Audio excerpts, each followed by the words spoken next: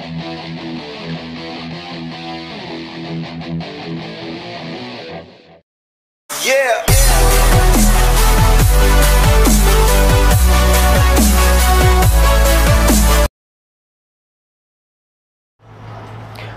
सभी को, मैं राकेश भाटी और आज अपने टॉपिक करने जा रहे हैं संत संप्रदाय। जो टॉपिक है उसका पार्ट 8वां करने जा रहे हैं और हमारे 2 संप्रदाय बाकी रह गए थे। एक संप्रदाय जो है हमारा उसका नाम है जसनाथी संप्रदाय और दूसरा हम पढ़ लेंगे आज निरंजनी संप्रदाय के बारे में। तो देखिए जसनाथी संप्रदाय के बारे में आज अपन बात करेंगे।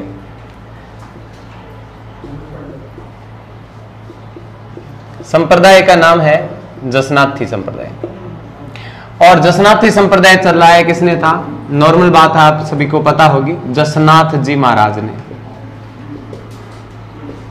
जसनाथी संप्रदाय किसने चलाया है? जसनाथ जी ने चलाया है। अब हम बात करेंगे जसनाथ जी महाराज की। ठीक है, संप्रदाय चला दिया जसनाथ जी ने। जसनाथ जी महाराज के बारे में आज अपन लोग बात करेंगे। तो जसनाथ जी का जन्म देखो, इनका जन्म 1482 ईस्वी में हुआ था।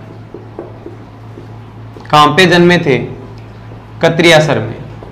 ठीक है, और ये जो कत्रियासर है ये कहां पड़ता है? बीकानेर में। ठीक है, 1482 में कत्रियासर बीकानेर में जसनाथ जी महाराज का जन्म हुआ और 1483 में आपको पता होगा 14 फरवरी 1483 वैलेंटाइन डे के दिन बाबर का जन्म हुआ। बाबर जन्मा कब था? वैलेंटाइन डे के दिन बाबर जन्मा था। बाबर से 1 साल बड़े हैं कौन? जसनाथ जी महाराज। देखो साथियों, एक चीज और बता देता हूं आपको, जब बात आ गई है तो हम थोड़ा सा इसके बारे में कर लेंगे। देखो 14 फरवरी 1483 वैलेंटाइन डे के दिन, वैलेंटाइन डे आता है आप सभी को याद होगा। मेले त्योहार तो याद नहीं रहते आपको, लेकिन ये त्योहार जरूर आप धोखते हो, मतलब मनाते हो। बाबर जन्मा, ठीक है। अब 14 आए ना, तो ये ध्यान में रखना, 14 भाषाएं थी मूल संविधान में। 14 दिन तक राज्यसभा किसी विधेयक को रोक सकती है, किसी विधेयक को रोक सकती है। 14 साल का था अकबर जब पानीपत का युद्ध लड़ा गया।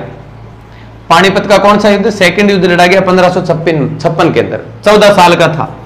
14 बार वो अजमेर में जियारत करने आया था। अकबर 14 बार अजमेर में क्या करने आया था? जियारत करने आया था। ये बातें कब की है? 14 की बातें हैं। 14 की बातें होगी। 14 फरवरी के बारे में बात होगी। इसके बाद में देखो 15 को हाथ धुलाई दिवस है। 15 को कौन सा है? हाथ धुलाई दिवस है। 16 को विश्व खाद्य दिवस है। 16 को विश्व खाद्य दिवस है। हाथ धो के क्या खाना चाहिए? खाना। क्या खाना चाहिए? खाना। तो हाथ धो के खानो का टाबर रोए, टाबर रोए। विश्व खाद्य संगठन वो मुख्य लेखट रोए मतलब रोम में, रोए मतलब है रोम में। रोए कौन है? टाबर मतलब रोम किस नदी के किनारे है? टाइबर नदी के किनारे है। ठीक है। अब देखो एक चीज और, जन्म हो गया 1482 में कत्रियासर बीकानेर में जसनाथ जी महाराज का जन्म हुआ था और बचपन का नाम था जसवंत जाट।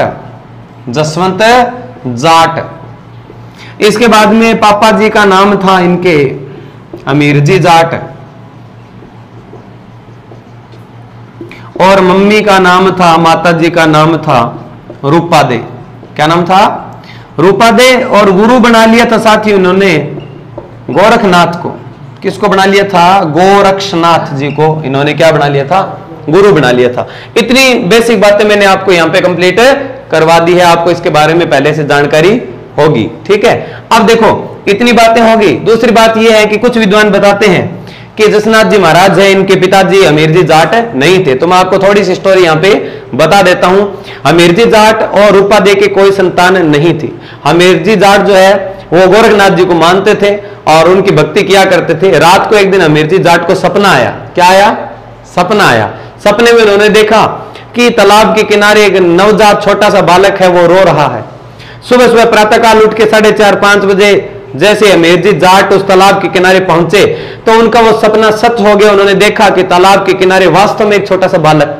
ये देखते ही अमीर जी जाट है वो बड़ा प्रसन्न हो गए। उन्होंने सोच लिया कि प्रभु ने हमारी सुन ली और ये बालक हमें उपहार स्वरूप उन्होंने दे दिया। तो उस बालक को लेके अपने घर पे लेकर आए और नाम रखा जसवंत। प्यार से जसवंत बुलाते थे। लेकिन एक दिन क्या हुआ था, सामान्य बालक की तरह थे, लेकिन एक दिन इनकी माता जो है वो किसी कार्यक्रम में जा रही थी और जसनाथ जी या जसवंत बड़े शरारती थे बचपन में। तब उन्होंने क्या काम किया कि जैसे छोटे बच्चे को क्या करते हैं, अपने पैर में रस्सी बांध के किसी पिल्लर के पास में बांध के छोड़ देते हैं ताकि वो भागे ना, शरारत ना करे। तो जैसे ही उस जसवंत जाट को रस्सी से बांध के, पैर में रस्सी बांध के और एक जगह बांध के छोड़ के वो चले गए कि कहीं बाहर ना भाग जाए, जैसे वापस आए तब रूपा दे ने देखा कि उनका जो जसवंत है वो हारो, देखा ना आपने हारो जिसमें पानी गर्म करते हैं आग, और उसके ऊपर अपने कोई मतलब टोपिया वगैरह लगा के और उसके ऊपर आग जला के उसमें पानी गर्म करते हैं, हारो, ठीक है। तो उस हारा या अंगीठी बोल देते हैं साथियों उसको, अंगीठी में बैठे थे जसवंत, और जो आग के जो आग थी, राख थी, जितनी भी गर्म राख वो अपने सिर के ऊपर लगा रहे थे। तो रूपा दे ने देखा कि आज तो जसवंत जो भोला तो था बेचारा बच्चा और जल गया, लेकिन जैसे उसने माता को देखा तो दौड़ के चले माता की ओर, और तब रूपा दे ने देखा कि कहीं पे भी उसके जलने का निशान नहीं है। तब माता रूपा दे को पता चल गया कि ये जो बालक है ये बड़ा ही विलक्षण बालक है और कोई देवी शक्ति इसके अंदर विद्यमान है। तो यहां ये जो चीज है ये जसनाथ जी महाराज का पहला पर्चा माना जाता है। साथियों, संतों के चमत्कार, देवताओं के चमत्कार को पर्चा कहते हैं, और रैदास ने जो रचना लिखी उसको क्या कहते हैं, पर्ची कहते हैं। पर्ची वो नहीं होती नंबर लिख के डाल दिए, ठीक है, वो पर्ची नहीं होती है। संतों की रचनाएं भी क्या हुआ करती थी, पर्ची हुआ करती थी, ठीक है। यहां तक की बातें मैंने बढ़िया तरीके से कंप्लीट कर दी है। आगे देखो, आगे बढ़ते हैं। इसके बाद में इनको जो मानने वाले जो लोग हैं वो कहलाए जसनाथी सिद्ध। अधिकांशतः लोग बिश्नोई धर्म में और जसनाथी धर्म के अंदर जाट जाति से जो लोग हैं वो बड़ी संख्या में इस धर्म में सम्मिलित हुए थे। तो जाटों के गोत्र और जसनाथियों के गोत्र मिलते जुलते हैं, लेकिन जसनाथी लोग हैं वो अपने नाम के आगे ऐसे लगा लेंगे जैसे ज्ञानी सिद्ध, ठीक है। अब सीधा ज्ञानी तो क्या हो जाएगा, जाट हो जाएंगे, लेकिन ज्ञानी सिद्ध लगा देंगे, मतलब वो क्या है, जसनाथ जी को मानने वाले हैं। अब देखो इनकी आराधना में एक डांस होता है। इनकी आराधना में कौन सा डांस करेंगे, फायर डांस करेंगे, अग्नि नृत्य करेंगे। अग्नि नृत्य बड़ा भयंकर होता है। देखो अग्नि नृत्य देख के आपको ये तो भ्रम तो दूर हो जाएगा कि भगवान वगैरह नहीं है, ये भ्रम तो आपका दूर हो जाएगा, क्योंकि आग के अंदर जो वो लोग नाचते हैं, और सबसे बड़ी बात आप भी नाच सकते हो लेकिन आपके पैर जलेंगे। लेकिन जैसे वो लोग नाचते हैं उसके बाद में उनके पैरों पे जलने का निशान तक भी आपको दिखाई नहीं देता है। वैज्ञानिक युग के अंदर ये बहुत बड़ा चमत्कार है और ये प्रमाण है कि भगवान नाम की देवी शक्ति संसार में विद्यमान है। ऐसा डांस है, आप बढ़िया तरीके से इसको देखने के लिए, मेरे पास आग वगैरह नहीं है, नहीं मैं करके दिखा देता आपको, ठीक है, लेकिन ध्यान में रखना यूट्यूब पे सर्च मारना, देखने में काफी मजा आएगा आपको। अग्नि नृत्य की मैं बात करता हूं। अग्नि नृत्य जब भी करेंगे तो उस समय एक नारा लगाएंगे। नारा कौन सा लगाएंगे, फतेह फतेह। कौन सा लगाएंगे, फतेह फतेह। फतेह फतेह का मतलब क्या होता है, विजय हासिल करना, विजय प्राप्त करना। दूसरी महत्वपूर्ण बात, एग्जाम वाला क्या पूछता है, एग्जाम वाला हमारे से ये पूछता है कि इस नृत्य की क्रियाएं कौन कौन सी है। तो देखो एक तो जब वो नाचेंगे ना तो पैर मारेंगे आग में, जोर जोर से पैर मारेंगे। पैर मारने को वो क्या कहते हैं, मतीरा फोड़ना कहते हैं। तो इस डांस की मुख्य प्रक्रिया क्या रहेगी, मुख्य प्रक्रिया रहेगी मतीरा फोड़ना। क्या बोलेंगे इसको, मतीरा फोड़ना कहेंगे। एक तो मतीरा फोड़ने जैसे पैर मार के क्रिया करते हैं तो वो डांस के अंदर वो मतीरा फोड़ना एक प्रक्रिया हो जाएगी। दूसरा, जब किसान हल जोतता है तो उस समय वो जिस प्रकार से इस प्रकार से अभिनय करता है तो वो क्रिया कौन सी हो जाएगी, हल जोतने जैसी एक्टिंग भी इस डांस में की जाती है। तो दो प्रक्रिया हो जाएगी, मतीरा फोड़ना और कौन सी हो जाएगी साथियों, हल जोतना। ये दोनों प्रक्रिया किस संप्रदाय से संबंधित है, किस नृत्य से संबंधित है, अग्नि नृत्य से। किससे संबंधित हो जाएगी, अग्नि नृत्य से संबंधित ये दोनों क्रियाएं हो जाएगी। उम्मीद है आपको बढ़िया तरीके से समझ में आया होगा। बाकी पढ़ाने में अपने तो कोई दिक्कत है नहीं, ठीक है, बहुत ही बढ़िया पढ़ा रहे हैं आपको, ठीक है, और उम्मीद है कि आपको बढ़िया तरीके से समझ आ रहा होगा, ठीक है। स्क्रीनशॉट ले लो फटाफट।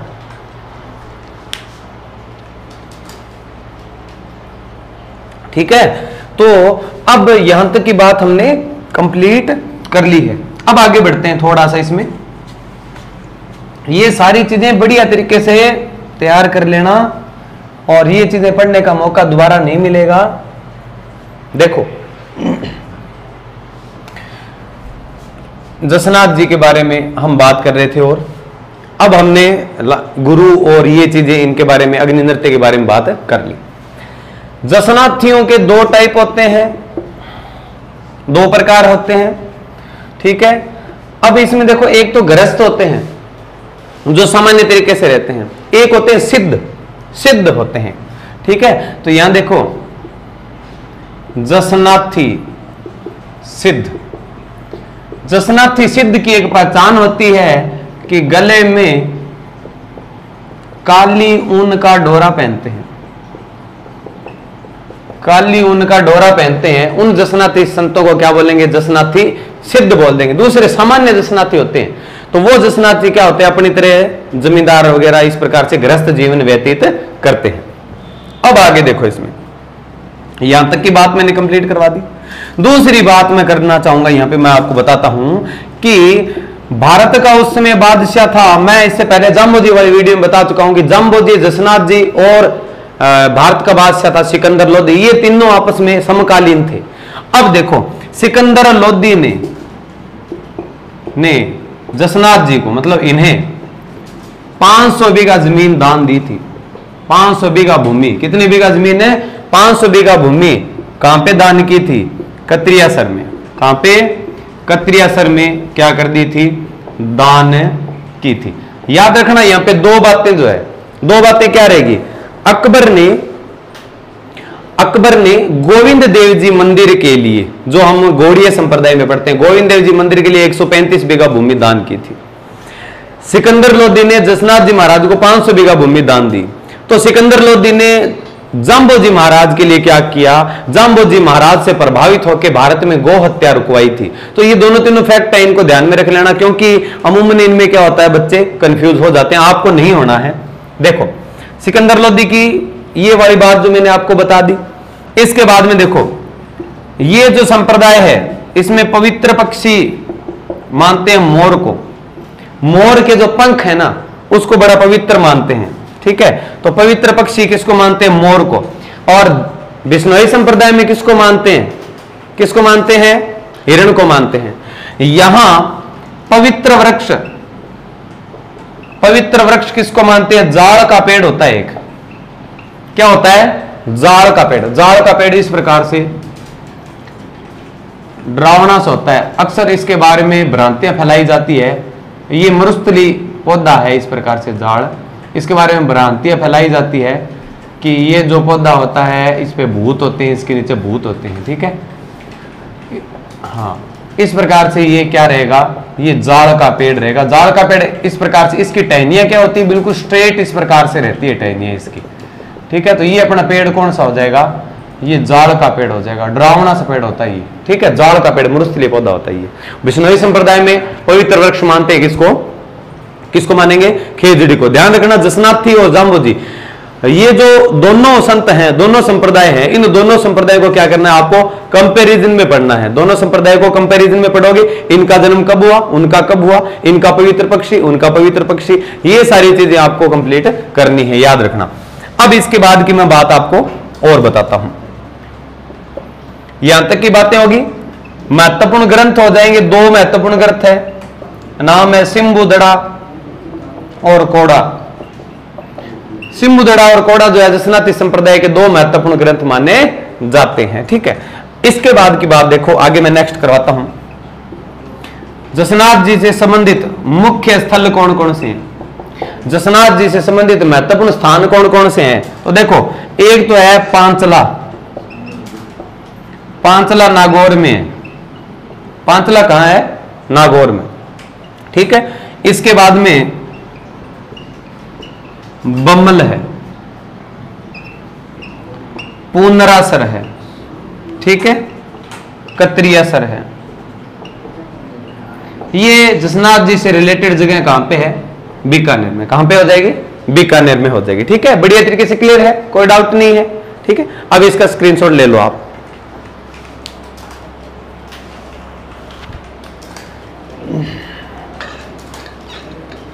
जाड़ का पेड़ बढ़िया तरीके से समझ में आपको आ गया होगा।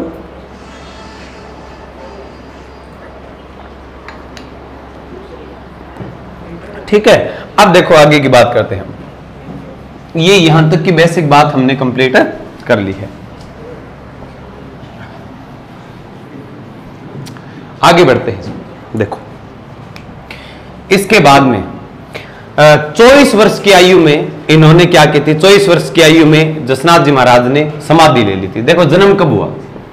1482 में 24 जोड़ो, कितना आएगा 1506। तो याद रखना इन्होंने समाधि कब ली थी? 24 वर्ष की आयु में 1506 ईस्वी में। 1506 ईस्वी में इन्होंने क्या कर ली थी? समाधि ले ली थी। क्या ले ली थी इन्होंने?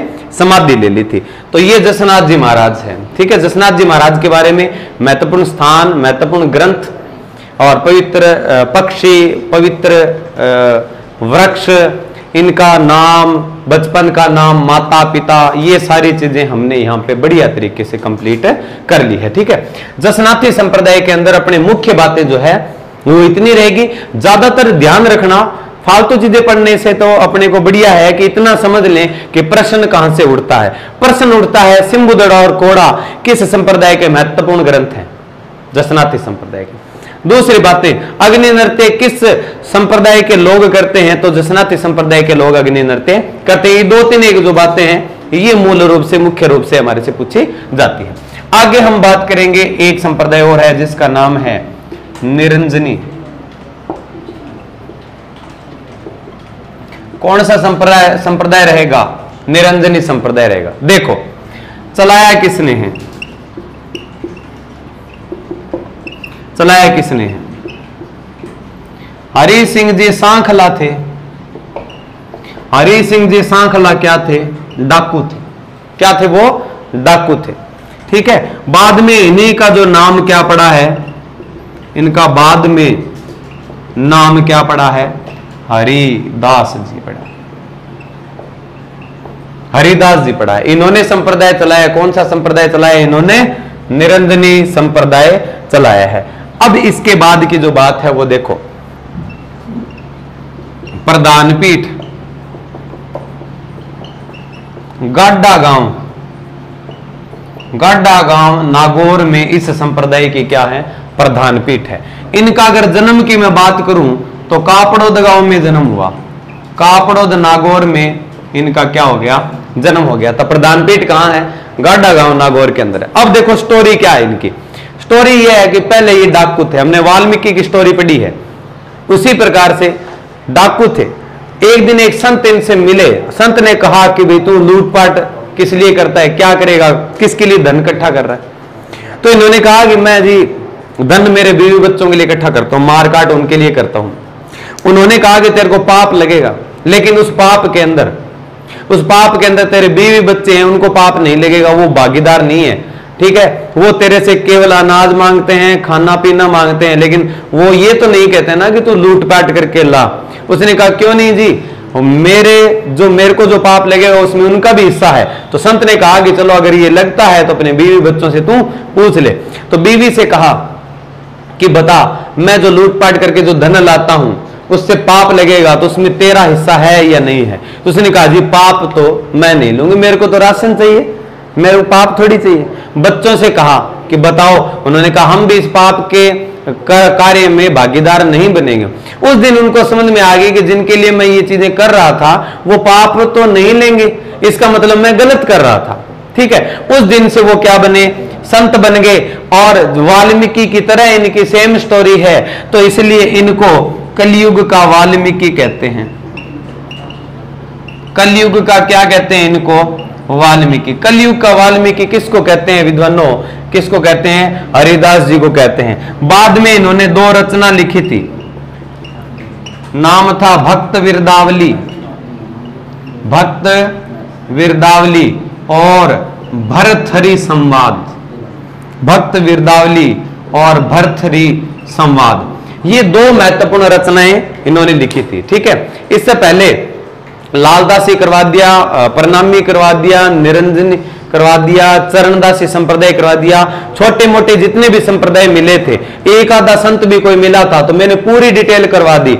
और ये सारे संत संप्रदाय और जितनी वीडियो देखने के बाद में आपका कोई भी वैकेंसी के अंदर और कोई भी प्रश्न है वो छूटेगा नहीं, ये मेरा आपसे वादा है। तो इसके बाद में अपने जो है मिलते हैं नेक्स्ट वीडियो में। तब तक के लिए बने रहे हमारे साथ में। Thank you, have a nice day.